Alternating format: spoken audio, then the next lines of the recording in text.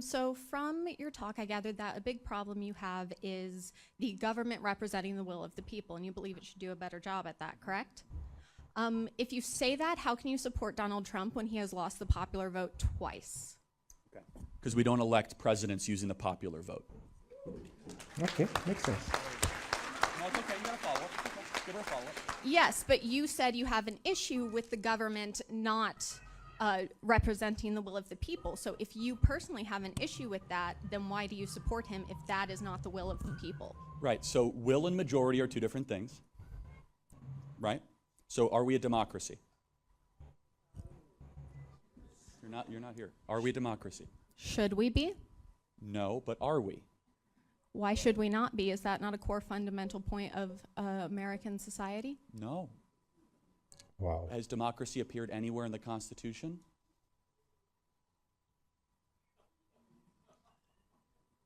I mean, that is genuinely a valid point. However, your point of the government should represent the people, why is it that democracy is not in the Constitution, or why is it that you believe that the will of the majority is not as important as the will of the minority if your issue specifically is the government should represent the people better? Good question. So we believe in the Electoral College. Why? Because Kansas deserves a voice. Because Missouri deserves a voice. And it's the most important way I could distill it is the union we have is the states created it, the federal government didn't create it. So the kind of price of admission is every state gets 2 senators, congressmen based on population, and then electoral votes based on that population. So you kind of get a mix of both. And it's also this tension. And I would ask the question, if we abolished the Electoral College, do you think that the needs, wants, and interests of Missouri, Kansas, Iowa, North, South Dakota, Montana would be taken as seriously as New York and California? That would be my question to you. Do you believe that some citizens are more valuable than others? Because in our current system, some people's votes hold more sway than others, because people in like Wyoming who have smaller populations have more say than places like here in Missouri and Kansas. Why is this acceptable if it's, again, your issue is the will of the people? Because we're not a democracy. So a democracy is simple majoritarianism. So let me give you an example. In a democracy, by up or down vote, you could say, I want to enslave black people. A constitutional republic says, no, you're going to have to go through a process to do that. So let me ask you a question. Do you think the majority of the will of the people could ever be wrong? Yes. Okay. So the founding fathers knew it could almost assuredly be wrong, right?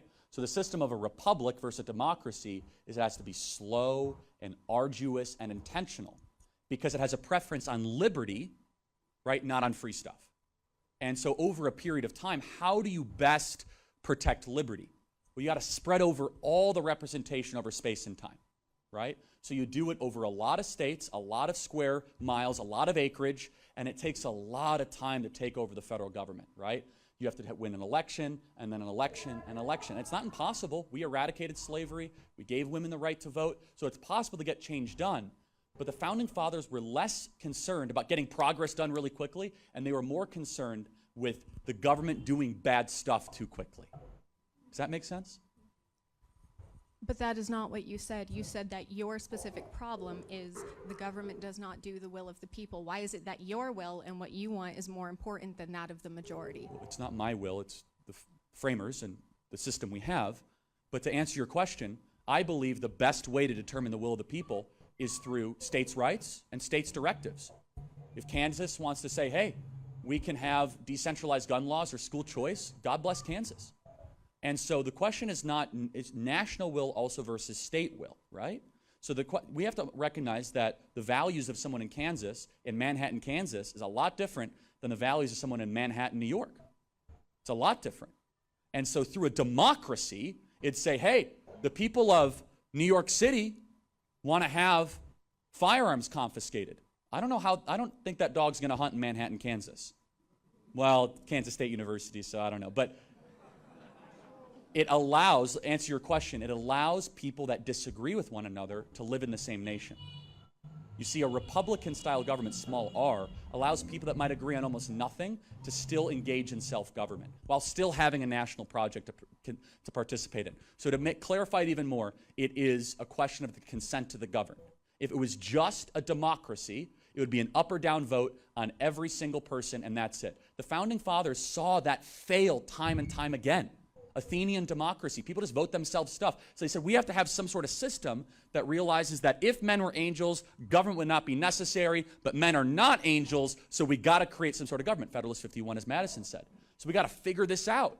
So government is necessary, but we don't want to have too big a government, and people are just going to vote themselves stuff all the time. So how do we do that? Well, local is better than national, but you got to have some sort of a national influence, and so they created the great balance between Jeffersonian and Hamiltonian type philosophy, as we know, is the U.S. Constitution.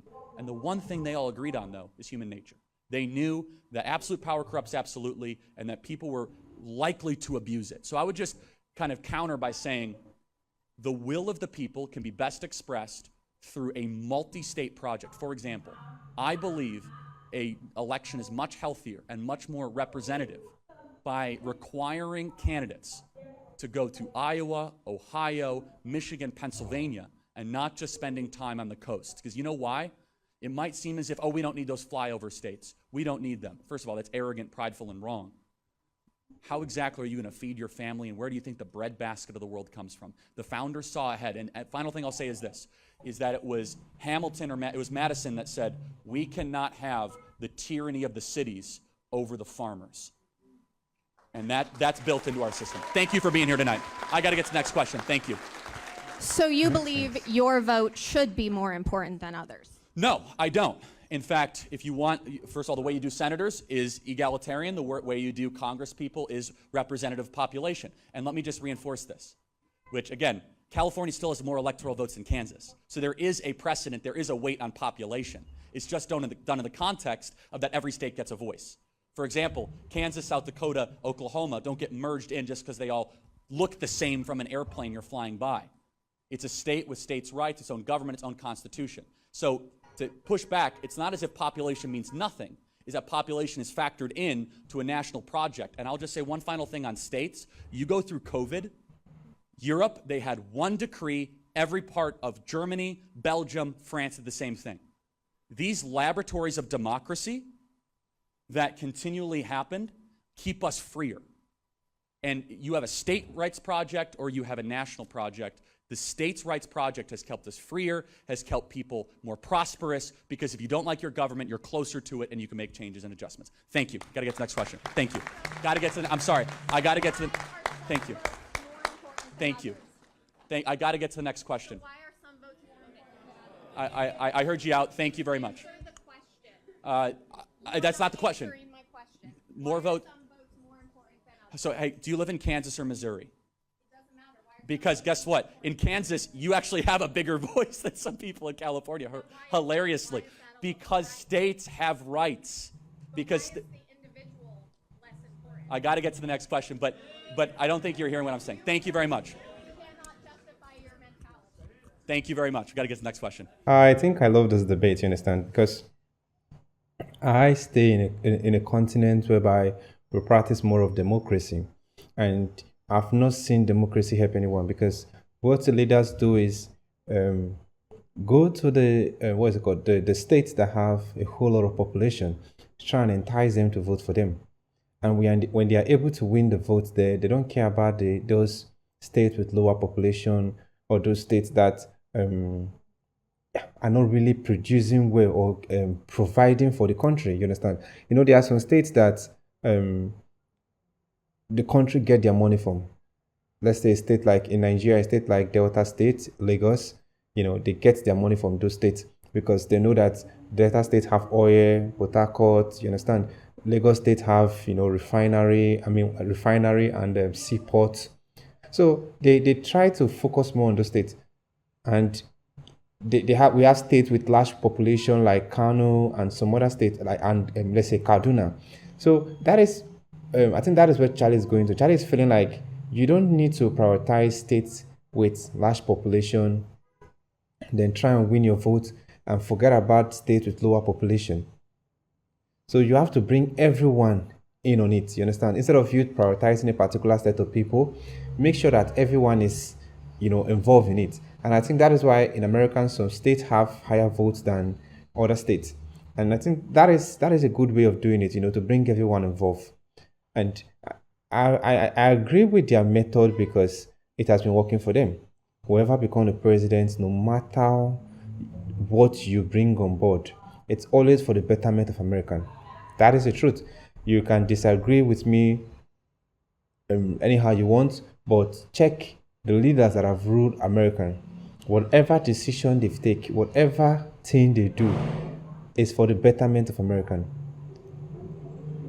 Unlike we that practice democracy, that feel like the people have the voice, the people have the power, we don't even know how to practice it, because you claim we have democracy, we practice democracy.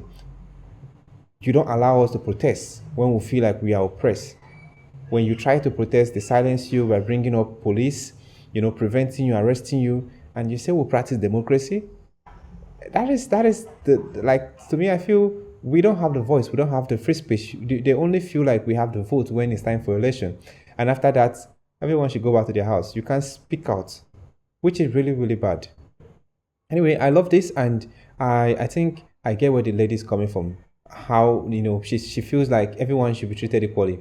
You don't prioritize a certain state more than another. Everyone should have equal votes. But to me, I feel like it shouldn't be like that, because if you do it like that, people with higher population will always win the election. So the best thing is let everyone be involved. You understand? Give more opportunity to people that have no opportunity, and reduce the opportunity of people that have excessive. You understand? To make everyone equal. So this is beautiful. Let me know what you think in the comment section.